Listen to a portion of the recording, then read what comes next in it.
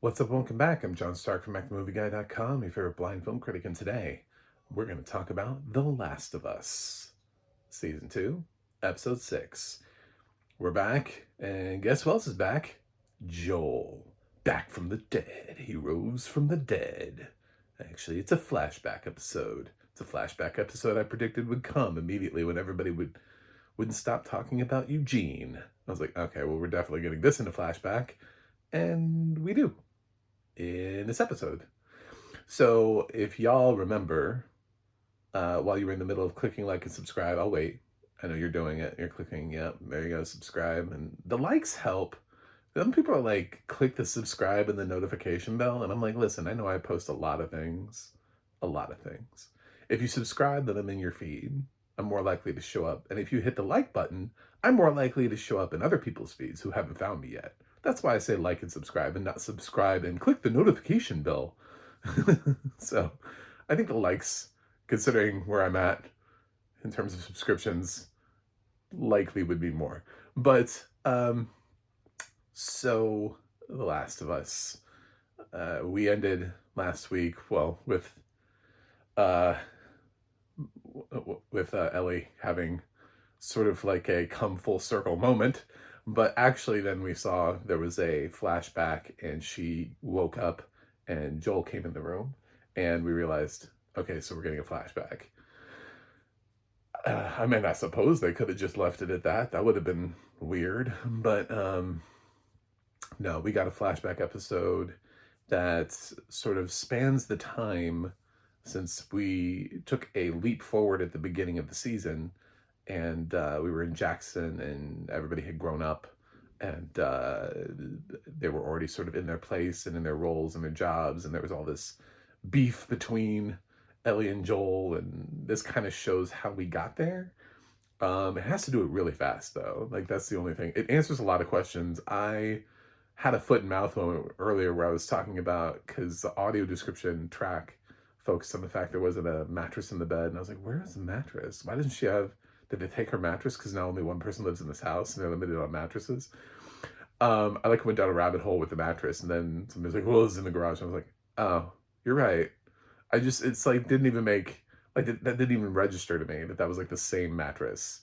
And now there's this whole scene in this episode about moving the mattress in the garage, and I'm like, God damn it. Anyway, so I I admit sometimes you know I follow the rabbit down the hole and it's goes nowhere. It's just a dead end. Rabbit bites me in the face, mauls me, and I have to back out screaming.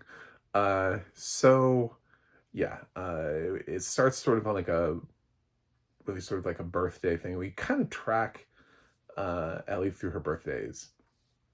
So um, she's what is it? She 15 at the beginning, and then we move up, and by the time I think she's like 20, by the time we're all done, based on the amount of years that we. One time it jumps 2 years because they don't got time for that.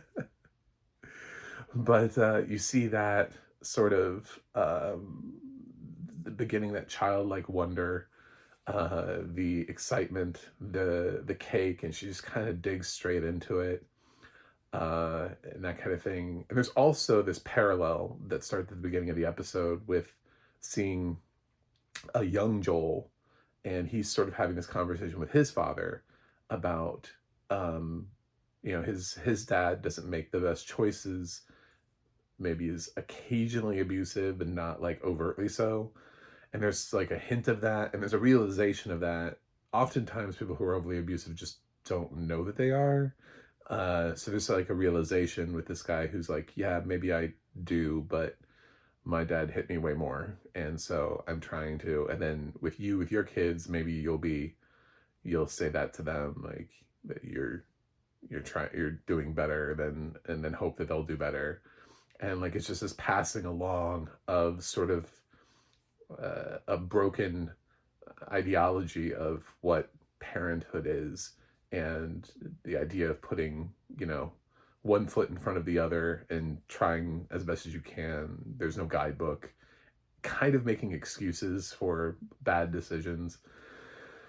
But uh, without a whole ton of context into what Joel's father was like, it is a little hard to fully say how much further he has changed. Although we've seen Joel constantly put himself in danger for other people, so I'd like to think that Joel is still the hero, even if he kind of occasionally makes choices that are frustrating.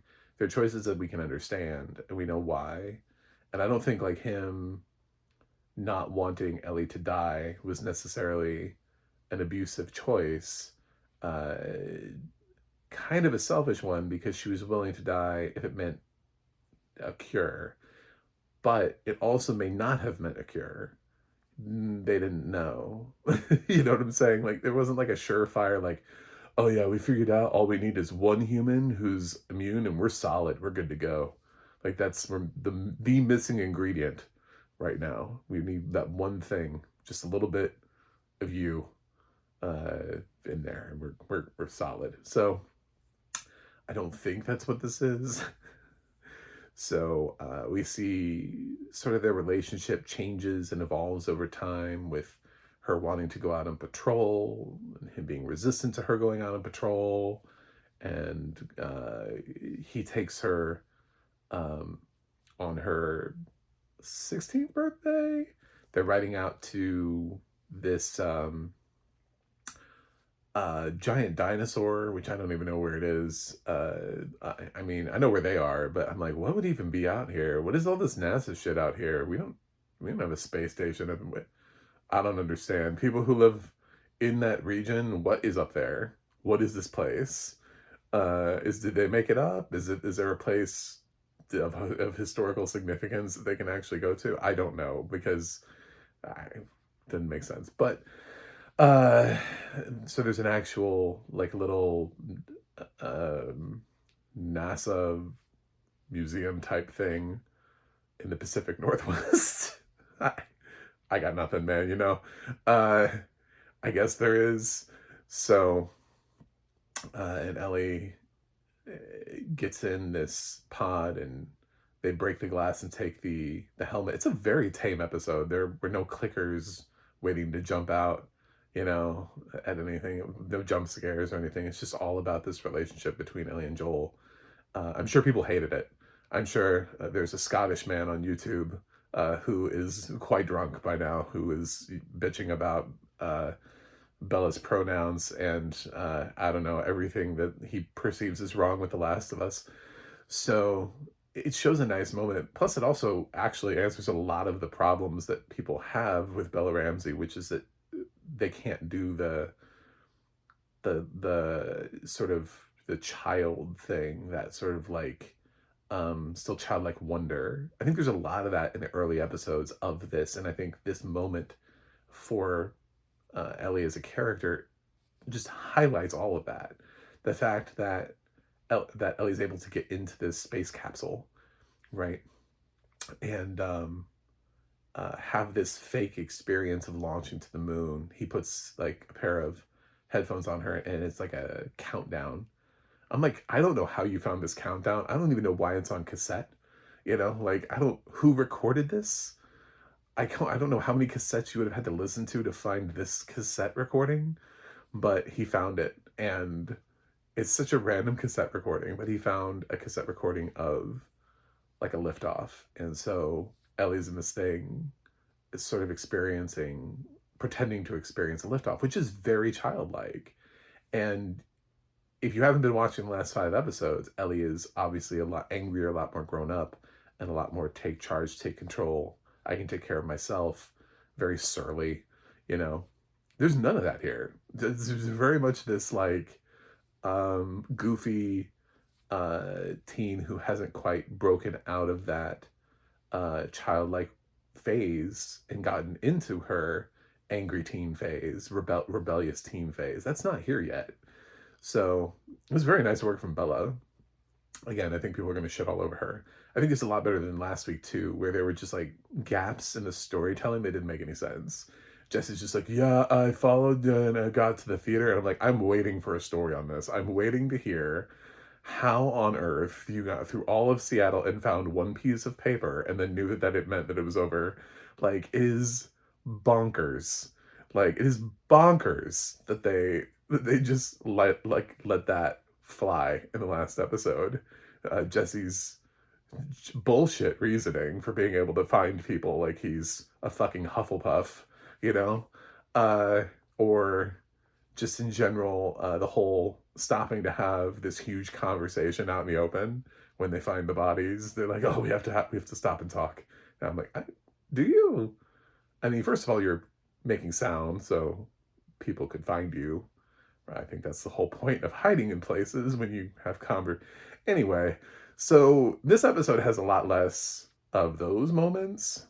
It makes a lot more sense and follows a path which leads to Ellie eventually becoming rebellious and, of course, exploring the sexuality and getting some tattoo work done and smoking some weed because we do this jump and it's like 2 years older and she's now that surly teenager. Um, and I think that's where you start seeing the change in Ellie. And she's like, I'm sorry, but I'm not, sorry that you. And there's a little bit of a hint of Joel and it's possible that that's why he flew off the handle so much with Seth, because there's a hint of Joel being too invested in Ellie's sexuality, considering Ellie is not actually his daughter, to care about it. I was like, wait a minute, are you slightly homophobic? And we just never picked up on that as a character, because Ellie's not actually his. Like, it's not like he, is he putting too much on? And then in that case, if this was his own daughter that had grown up, would he have then, if she was in the same place? There's a lot of that. There's a hint of that in there, that there was too much focus on the fact that there was a girl in Ellie's room and not a guy. You know what I'm saying? And that he flew off the handle about that, in addition to, like, the gender mattered. Like, had it been a boy, he would have been less surprised. But also, at the same time, would you have been?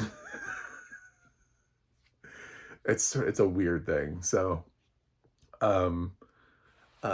teenager having another teenager in the room, maybe fooling around. I don't know. So they lightly have a conflict. It's not nearly as much as the conflicts that they keep having, which keeps sort of showing Ellie and Joel's relationship spiraling out of control, which is why one time in the middle of the night, she's trying to move the bed down to the garage, and he stops her in the middle of the night and says, "Let me fix it up for you."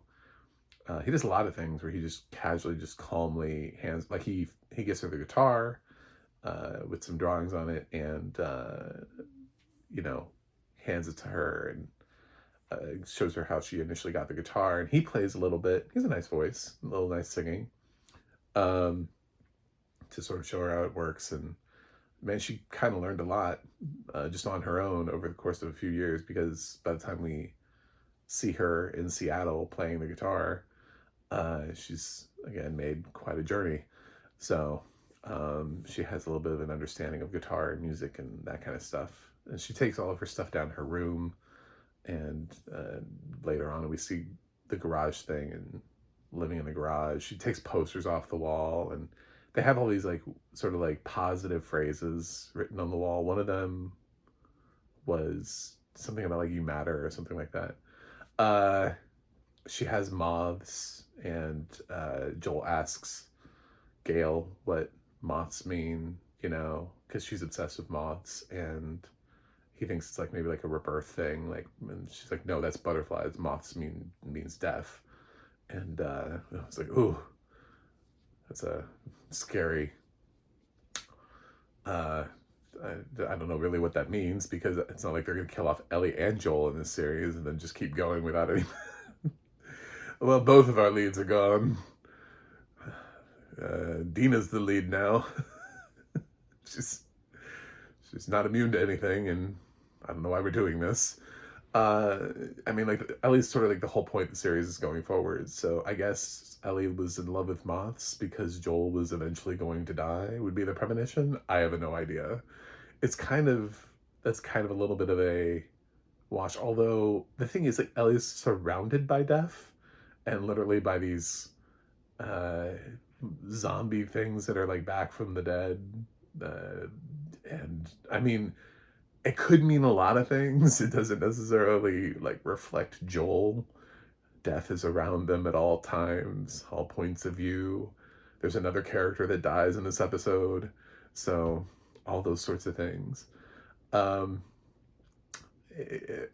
Eventually, we get to the point where Ellie gets to go out with Joel on the first uh, ride, and it stops because she was writing up a series of questions to ask Joel, which lets us know that she knows that Salt Lake City did not go the way that Joel says it did. And she's been stewing on that for a while. And so she has these questions, these breakdowns, and she's like saying them, like pretending to ask him these questions. Like there's like an empty chair and she's grilling an empty chair.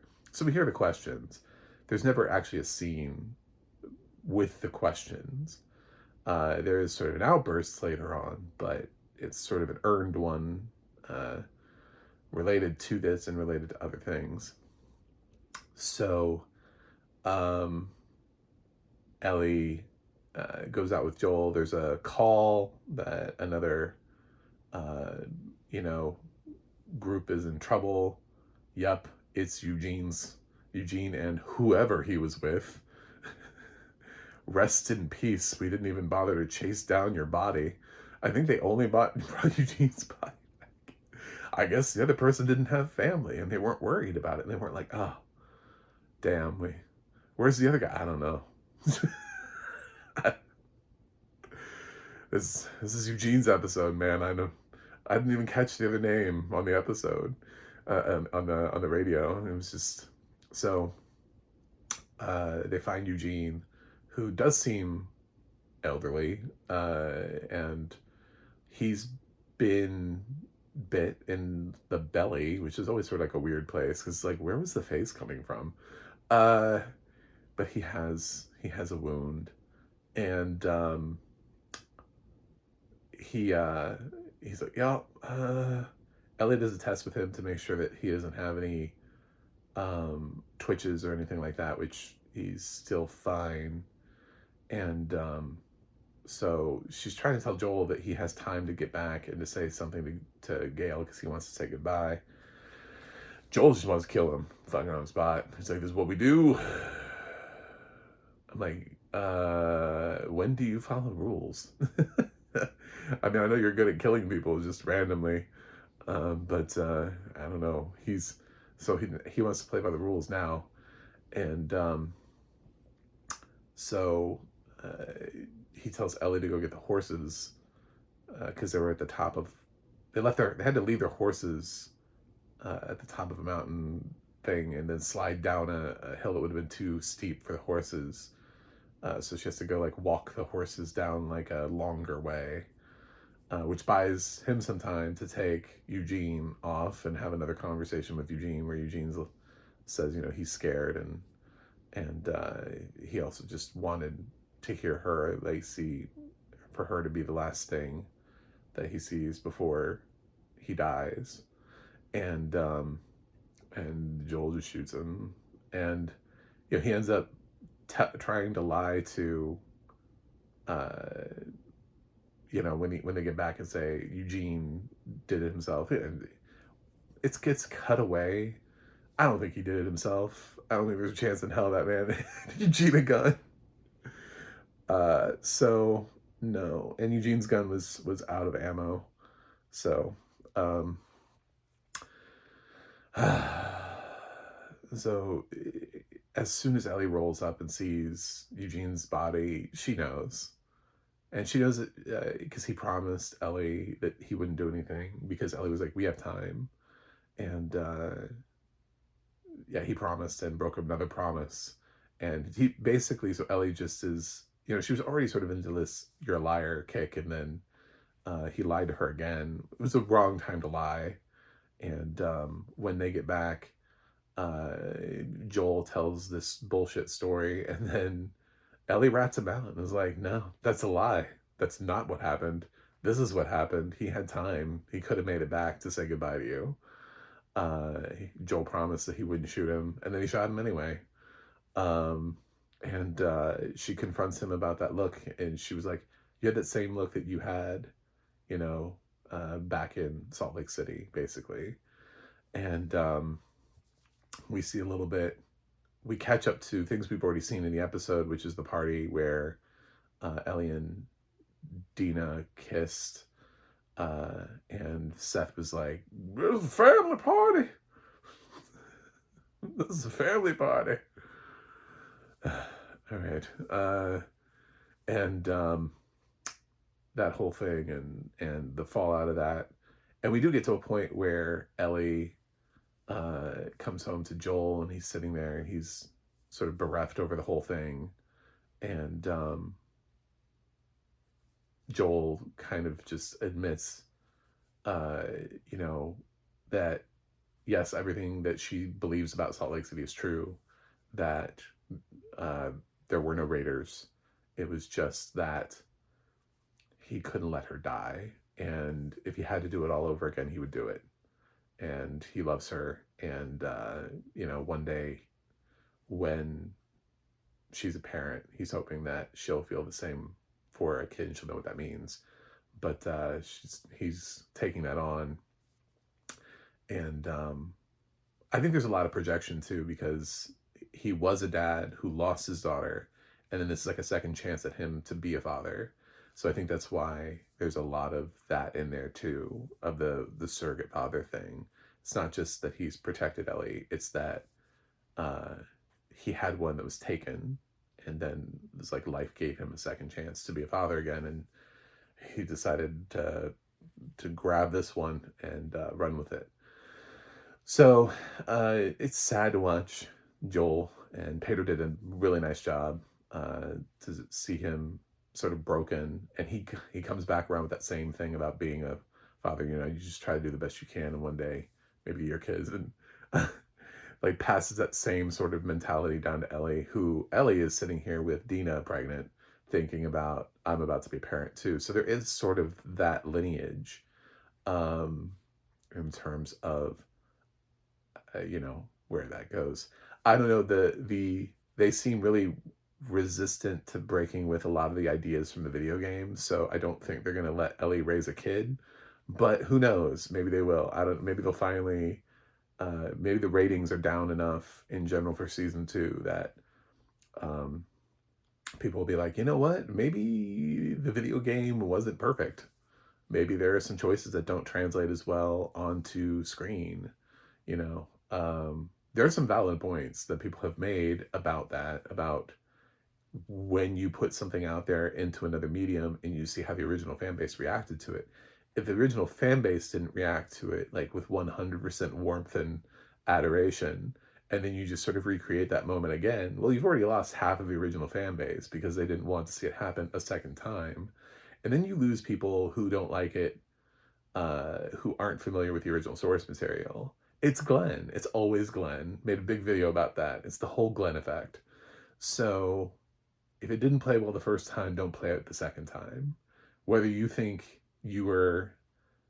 That's kind of the problem with creators being too involved in the adaptation of their project, is that they think that whatever they wrote was perfect the first time around and needs no outside influence. And so when you have that here, you have a little bit of the, well, what I did the first time is why we're here with this series. My pushback on that would be, not really. We pretty much adapt basically anything we can adapt nowadays. Uh, doesn't necessarily mean it was well written. We just, if it farted into the wind at some point and is adapted and they can buy it and say it's from a source material, we're going to make a limited series, a movie, a TV show. We're gonna make something out of it. A trilogy of films.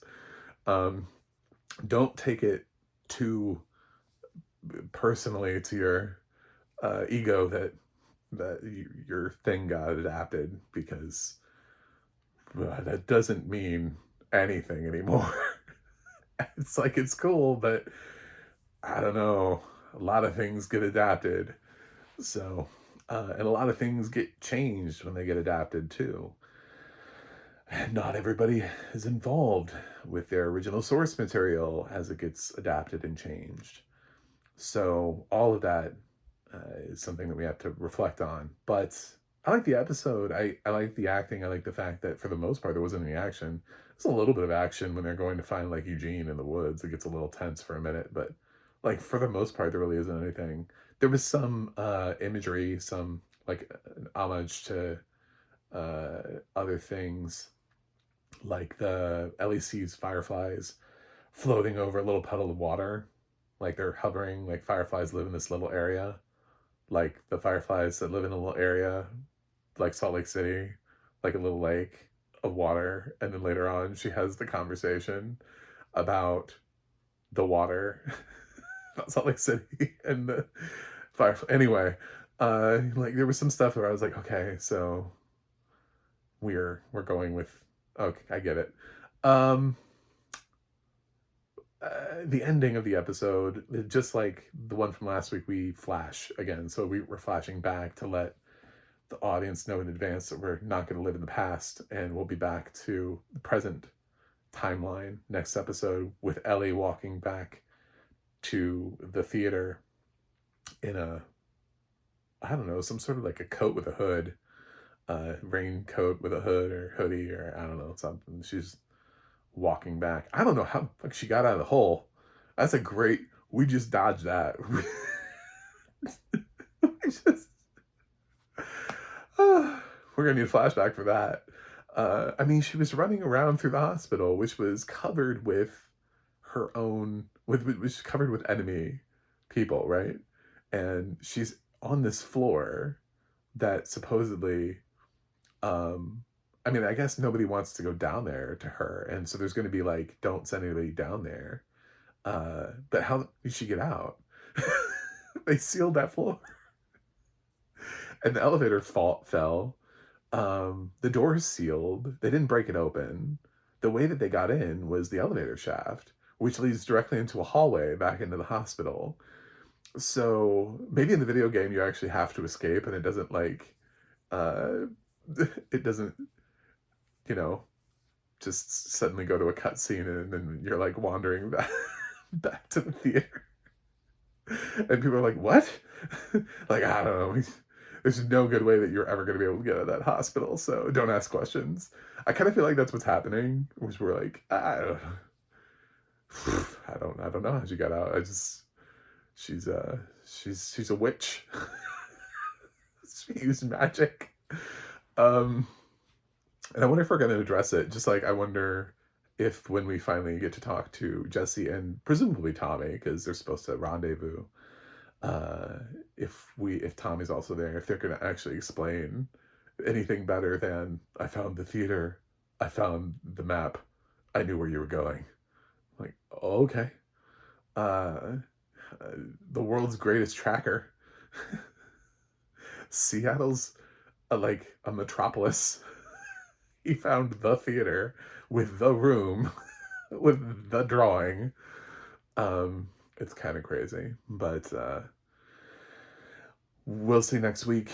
I thought this was an improvement upon last week. I really like a lot of the emotional work that they handed Pedro and Bella. I thought they did very nice. And I don't mind character development. I actually prefer character development. I would prefer a slower show. I know that that's crazy to say because like that's what House of the Dragon did. They slowed it back and everybody lost their fucking minds because they're like, what?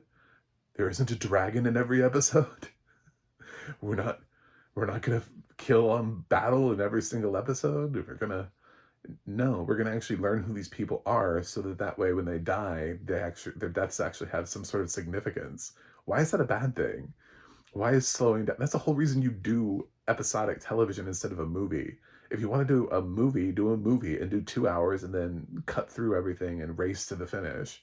But if you're going to do a TV series, be ready for a TV series. Be ready for um, us to actually be able to spend time with these characters and know who they are and know what their motivations are and know what the interactions are with other characters around them. I think that's great. And I think for a show like The Last of Us that basically spent season one developing no supporting cast, the fact that we actually have one now is a really good thing. There are actually people who could be nominated for a supporting actor or actress in a drama series instead of guest, because they've actually been enough episodes to do that, to warrant it.